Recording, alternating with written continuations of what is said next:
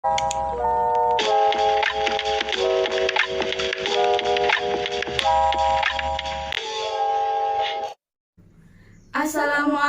warahmatullahi wabarakatuh. Perkenalkan, kami dari kelompok 1 akan mempresentasikan tentang perlawanan Kerajaan Aceh terhadap Portugis.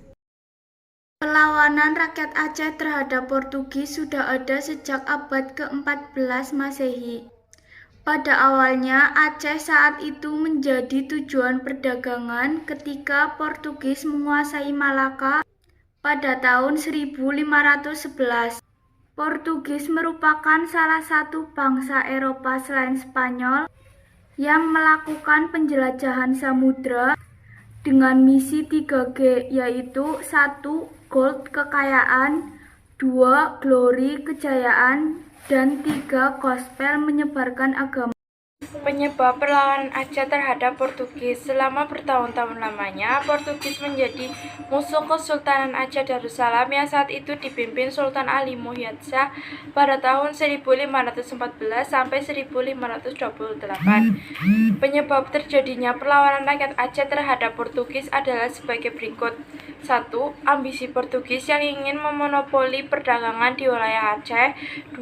Portugis melarang orang-orang Aceh berlayar untuk berdagang melewati Laut Merah. 3. Penangkapan kapal-kapal Aceh oleh Portugis. Sebagai upaya pertahanan diri, kapal-kapal Aceh melakukan langkah-langkah sebagai berikut. 1. Melengkapi kapal-kapal dagang Aceh dengan persenjataan seperti meriam dan menempatkan prajurit sebagai pengawalan. 2. Mendatangkan bantuan persenjataan, tentara, dan para ahli dari Turki. 3. Mendatangkan bantuan persenjataan dari Calicut atau India. Periode perlawanan rakyat Aceh terhadap Portugis. Perang Aceh I pada tahun 1873 sampai 1874 yang dipimpin oleh Panglima Polim dan Sultan Mahmud Shah melawan Belanda yang dipimpin oleh Kohler. Kohler dengan 3.000 serdadunya dapat dipatahkan, di mana Kohler sendiri tewas pada tanggal 14 April 1873. 10 hari kemudian, perang berkecamuk di mana-mana. Yang paling besar saat merebut kembali Masjid Raya Baitur Rahman yang dibantu oleh beberapa kelompok pasukan di Pekan Aceh, Lombok, Pekan Bada, sampai Lambada, Kreng Raya. Beberapa ribu orang juga berdatangan dari Tenmen, Pide, Pesengan, dan beberapa wilayah lain. Perang Aceh kedua terjadi pada tahun 1874 sampai 1880. Pasukan Belanda dipimpin oleh Jenderal Jan van Swieten. Belanda berhasil menduduki Keraton Sultan pada tahun 26 Januari tahun 1874 dan dijadikan sebagai pusat pertahanan Belanda. Pada tanggal 31 Januari tahun 1874, Jenderal Van Swieten mengumumkan bahwa seluruh Aceh menjadi bagian dari kerajaan Belanda. Setelah Sultan Muhammad Shah wafat pada tanggal 26 Januari tahun 1874, digantikan oleh Tengku Muhammad Daud yang dinobatkan sebagai Sultan di Masjid. Perang ketiga pada tahun 1881 sampai 1896.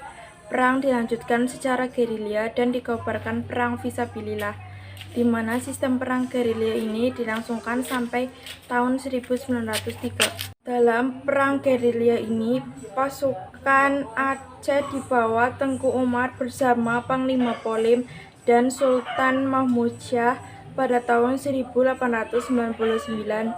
Ketika terjadi serangan mendadak dari pihak Van der Dessen di Melapo, Tengku Umar gugur, tetapi Cutnyadin, istri Tengku Umar, kemudian tampil menjadi komandan perang gerilya. Perang Aceh keempat atau Perang Aceh terakhir terjadi pada tahun 1896 sampai 1910. Dipimpin oleh Cut Nyak Dien, istri Tengku Umar, dengan dibantu pejuang wanita bernama Po Cut Boren. Rakyat Aceh terus melakukan perlawanan.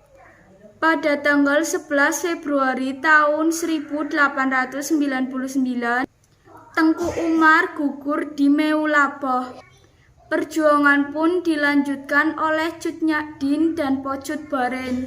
Kondisi rakyat Aceh yang mulai melemah karena kematian para pemimpin, terlebih strategi merusak dari dalam yang dijalankan oleh Belanda, juga berjalan dengan mulus dan semakin memperlemah kekuatan rakyat Aceh.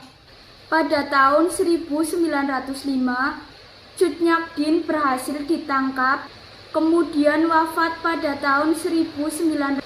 Kematian Cut Nyak Dien pun menjadi pertanda berakhirnya Perang Aceh. Pada tahun 1905, Cut Nyak Dien berhasil ditangkap dan kemudian wafat pada 1910. Kematian Cut Nyak Dien merupakan menjadi pertanda berakhirnya Perang Aceh.